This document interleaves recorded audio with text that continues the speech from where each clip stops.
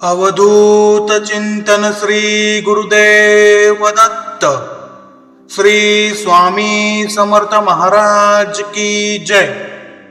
स्वामी भक्त हो नमस्कार। स्वामी स्वरूप परमपूज्य सद्गुरु श्री लाटकर काकांच्या संचार अवस्थेत प्रस्तुत श्री स्वामी चरित्र तत्व रहस्य हे वैशिष्ट्यपूर्ण आहे।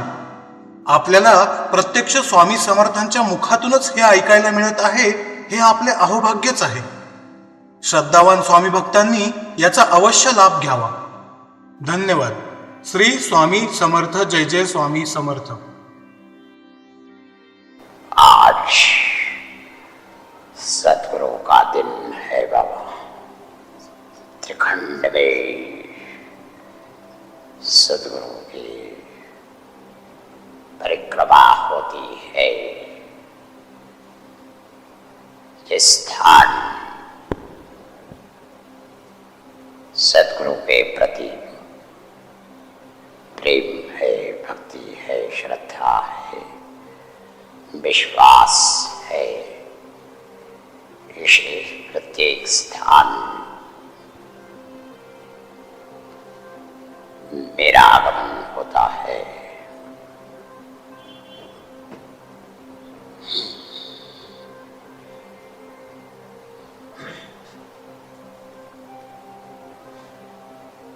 मेरे वासुदेव ने लिखा है, अनुसयात्री संभूतो दत्तात्रेयो दिगंबरः स्मर्तगामी। जहाँ स्मरण किया वहाँ उसी क्षण में मेरा आगमन होता है। मेरे भक्तों का संपूर्ण उद्धरण करने का वचन बद्ध मैं हूं। स्मरण करो, मेरा आगमन होगा। आज के विशेष दिन में गुरुलोक में सारे सद्गुरु अपने भक्तों के कल्याण के प्रयोजन से परिक्रमा लगाते हैं। सद्गुरु तत्व एक, प्रकृतिवश अनंत भक्तों के कारण अनंत रूप, अनंत देह धारण करते हुए जीव रूप धारण किए हुए सारे भक्तों का कल्याण करने का भी वचन से हम सिद्ध है, वचनबद्ध है।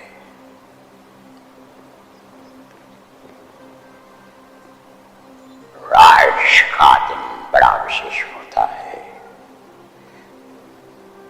त्रिखंड में मेरी ऊर्जा है और इसी के कारण आज के दिन में हमने प्रबोधन सद्गुरु के चरित्र का प्रबोधन करने का सुनिश्चय किया है,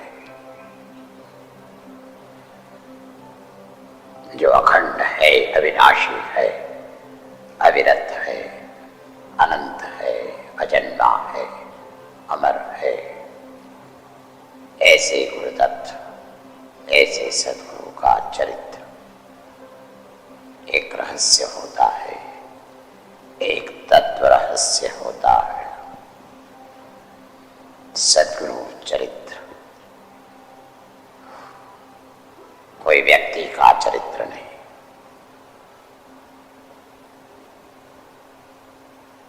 कोई पुराण की कथा नहीं है।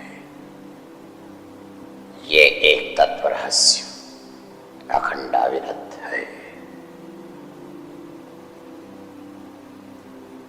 जिसे समझने के लिए सद्गुरु तत्व की जिज्ञासा अनिवार्य है। सद्गुरु के सम्मुख संपूर्ण शरण भाव की अनिवार्यता है। जहां बुद्धि तत्व संपूर्ण विवेक से परिपूर्ण है, जहां मन की संवेदना संपूर्ण शरण भाव से व्याप्त है, जहां चित्त की एकाग्रता सद्गुरु के चरण पर सुनिश्चित हुई है, जहां अहंकार शून्यवत हुआ है, जहां इंद्रियों की दौड़ सद्गुरु के शरण भाव में है,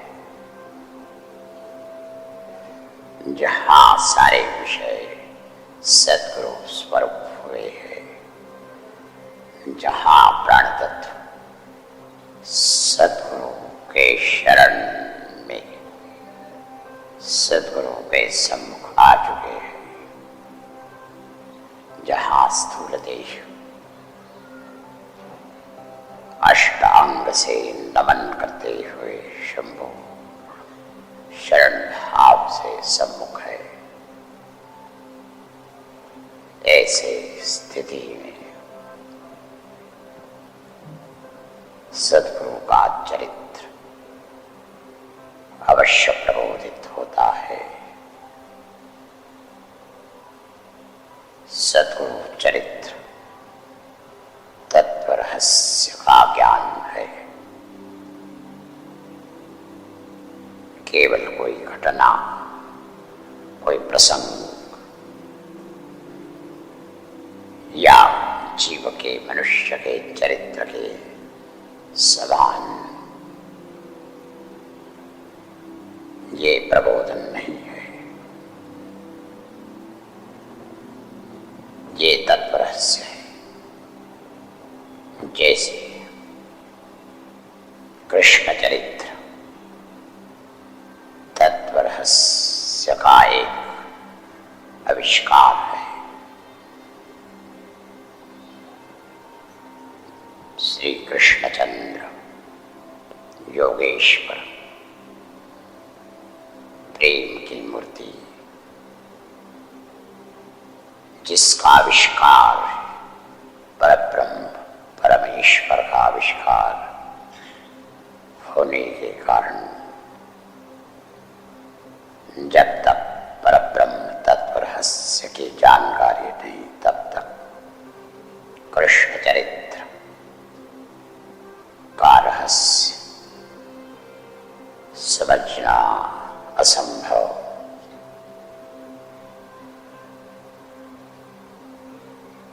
कृष्ण ही प्रेम है, कृष्ण ही तत्व है, कृष्ण ही परब्रह्म है, कृष्ण ही सर्वस्व है। ये चरित्र होता है। चरित्र केवल प्रसंग नहीं, केवल जन्म से वैकुंठ गमन की कथा नहीं,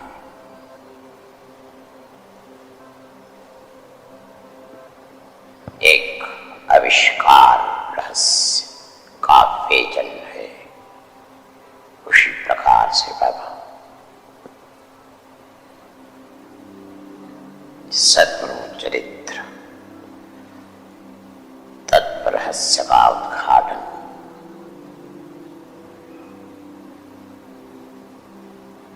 सद्गुरु कोई प्रकृति नहीं, कोई आकृति नहीं, कोई नाम रूप नहीं,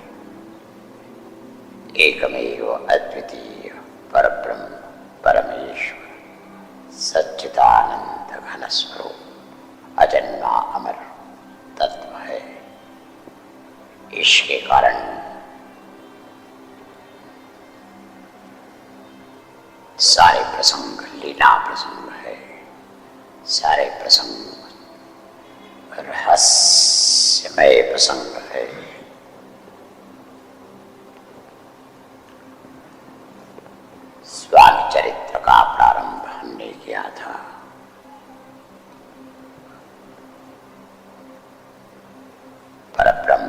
ईश्वर के वर्णन में, जो स्वयं ही स्वयं में है, जो केवल एकमेव अद्वितीय तत्व है,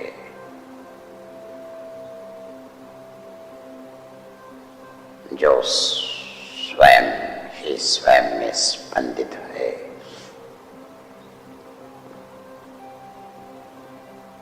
जो गुणातीत, जो निराकार, जो कालातीत, जिसे दिशा व्याप्त नहीं कर सकते, जिसे आकाश पर्याप्त नहीं है, जिसे वायु स्पर्श नहीं कर सकता, जहां अग्नि का स्पर्श नहीं हो सकता,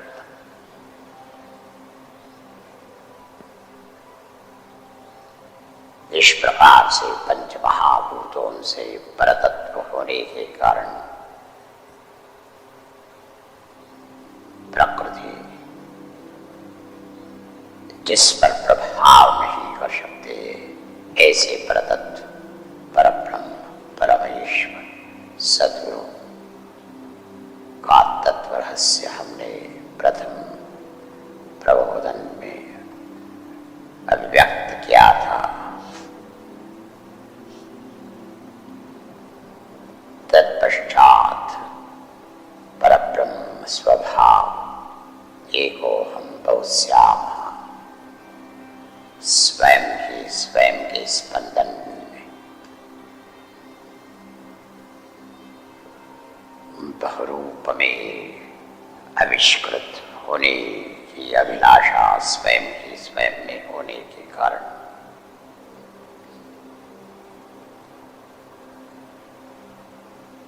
यही परब्रह्म परमेश्वर सर्वप्रथम अभिव्यक्ति ओंकार, प्रणव ओंकार नाद से हुई, जिसमें अकार, उकार, मकार के बारे में हमने कथन किया था। अतत्, अधिष्ठान, उतत्, ऊर्जा, उमा तत्व, मदत, आनंद तत्व। इसी प्रणव ओंकार से सच्चिदानंद का आविष्कार हुआ। अतत्व, अधिष्ठान, सत्तत्व, उतत्व, ऊर्जा, चित्तत्व, चैतन्य, चिच्चिति, चिदानंद, मदत्व, आनंद तत्व। इस प्रकार से चित्त विलास के आविष्कार में सच्चिदानंद घन स्वरूप परब्रह्म परमेश्वर के लीला चरित्र का प्रारंभ हुआ। स्वयं ही स्वयं में ऊर्जा धारण करने वाला परब्रह्म परमेश्वर जब प्रथम अभिव्यक्ति ओंकार के रव से हुई, तब ये ध्वनि लहरी जैसे जैसे बहुश्याम तत्व से अनंत सीमा को छूने लगी, वैसे ही आकाश तत्व की अभिव्यक्ति हुई। अतत्, सत्तत्, सत्व प्रकृति का प्रथम अविष्ठान युक्त आविष्कार है। उतत् ऊर्जा में चैतन्य चिच्चिदे चिदानंद रजो गुण में अभिव्यक्त हुआ।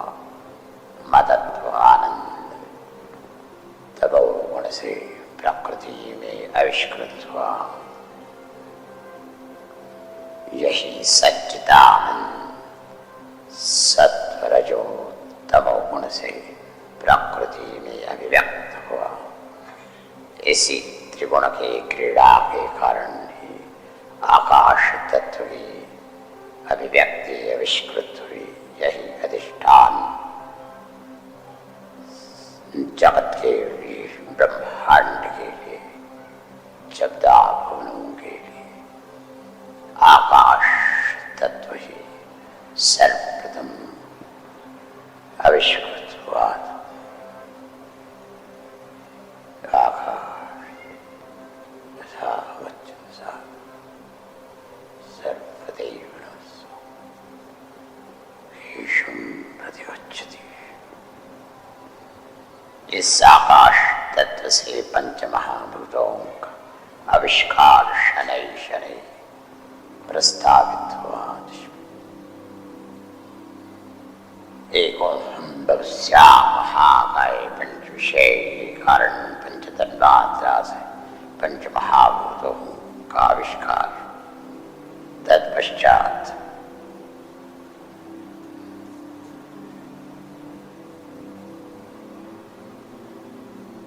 शिव शंभो, शिव ऊर्जा, शिव शक्ति की ऊर्जा के कारण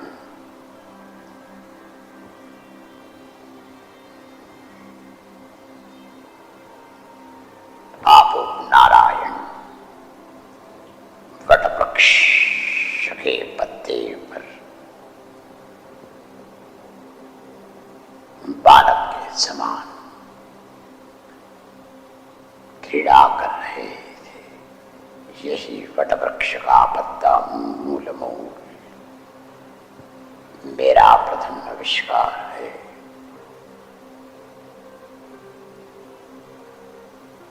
यही अक्षय वृक्ष मेरा मूल स्वरूप, जिस पत्ते पर हम आनंद से क्रीड़ा करते हुए बाल लीला कर रहे थे।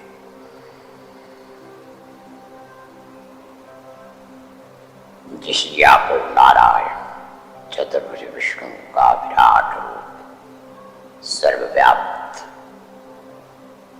शनै शनै वृद्धिगत होते हुए आकाश को व्याप्त करते हुए सहस्त्रपाद, सहस्त्राक्ष, सहस्त्रास्त्र सारे ब्रह्मांड को व्याप्त करते हुए दशांकुल अभिव्यक्त हुए विराट पुरुष में प्रकृति को धारण करते हुए गुणों की धारणा करते हुए सर्वव्याप्त अनंत रूप में मेरी प्रथम अभिव्यक्ति। तत्पश्चात आषाढ़ शुद्ध एकादशी में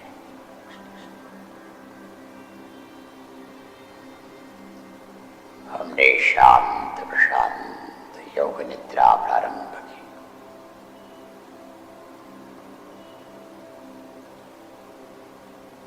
दुग्ध सागर में शेष की शैया को स्वीकार करते हुए हम गंभीर योग निद्रा में प्रविष्ट हुए।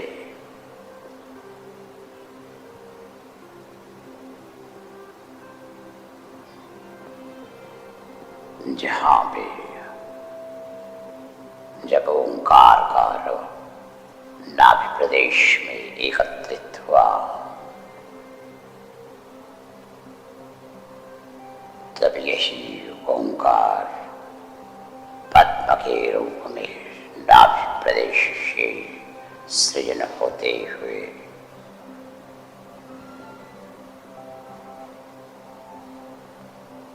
एक भव्य पद्म अभिव्यक्त हुआ था। जिसके भीतर सर्वप्रथम जीव भाव अभिव्यक्त हुआ, वही ब्रह्मा जी, वही विधि विधान के कर्ता धर्ता भोक्ता,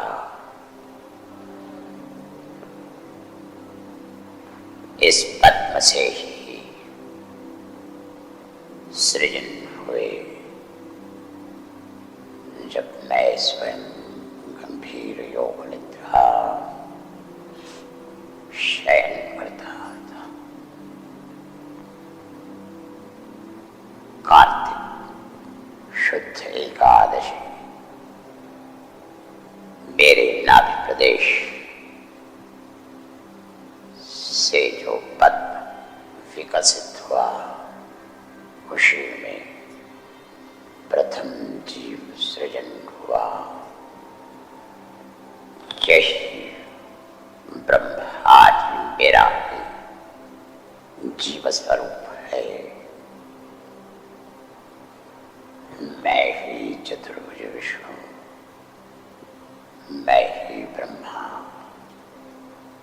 जीव भाव प्रदान करने के कारण माया तत्व का स्वीकार किया था। इसी के कारण माया के भ्रम के प्रभाव के कारण चारों दिशा में मुखमंडल की परिक्रमा चल रही थी अनंत काल तक। इस परिक्रमा के कारण ही चतुरानन की लीला प्रकट हुई। ये चतुरानन श्री ब्रह्मा प्रथम जीव ब्रह्मांड में उद्भव हुए।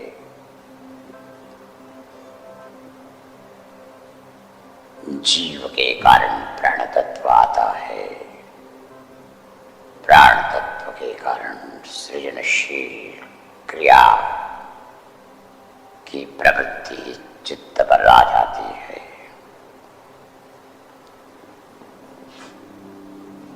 किंतु भ्रम के कारण ब्रह्मा अनंत काल तक सृजन प्रक्रिया के बारे में संभ्रमित थे। यही प्रथम शिष्य, यही मेरी ओर जब उनकी मुद्रा आई, तब हमने सृजन कार्य के बारे में विस्तार से प्रबोधन किया है। जो प्रबोधन ही ब्रह्मांड का प्रथम ज्ञान है, जो सुप्रसिद्ध 4 श्लोकों में तत्वज्ञान गंभीरता से ब्रह्मदेव को प्रदान किया था। ये ब्रह्मांड का सर्वप्रथम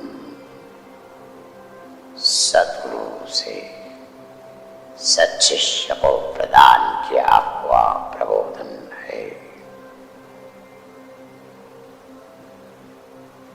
जिसे व्यास ऋषि ने महाभागवत पुराण में शब्दों में आविष्कृत किया है। चतुश्लोकी भागवत के रूप में ये मेरे ही शब्द है, जिसका प्रयोजन ज्ञान की प्राप्ति सच्चिष्य को हो जाए। ज्ञान की प्राप्ति से सृजन का कार्य सुनिश्चित हो जाए। सृजन सृजन परब्रह्म परमेश्वर स्वयं ही आविष्कृत होते हैं भिन्न भिन्न जीव में। इस प्रकार से हमारा आविष्कार ब्रह्मदेव के सृजन कार्य से प्रारंभ हुआ। ऐसे हमारे चरित्र का प्रारंभ हुआ है, जिसका रहस्य समझो बाबा। चरित्र का प्रारंभ चित्ती चिदानंद चैतन्य का वाक विलास है, जिसे समझो चैतन्य विलास स्वामी चरित्र है, जिसका विस्तार हम आने वाले गुरुवार रहस्य का उद्घाटन करते हुए शनै शनै अभिव्यक्त करें। इस चैतन्य विलास का रहस्य जो सच्चिष्य गंभीरता से श्रवण करते हुए इस ज्ञान प्राप्त करेगा, वो गुरुलोक में अवश्य प्रस्थान करेगा। अभी हम स्थित होते हैं बाबा। स्थित होने के पूर्व भस्म तथा प्रसाद अवश्य देंगे सारे भक्तों तथा यद्यपि कोई जिज्ञासा ज्ञान के बारे में अथवा कोई निजी प्रश्न अवश्य परीक्षा करो। समाधान आनंद प्राप्त करो बाबा। मेरा अखंड कृपा आशीर्वचन प्रत्येक भक्तों अविरत है। सदैव कल्याण हो जाए रे। स्वामी अखंड है, स्वामी अविरत है, स्वामी गंगा जल के समान अखंड प्रभु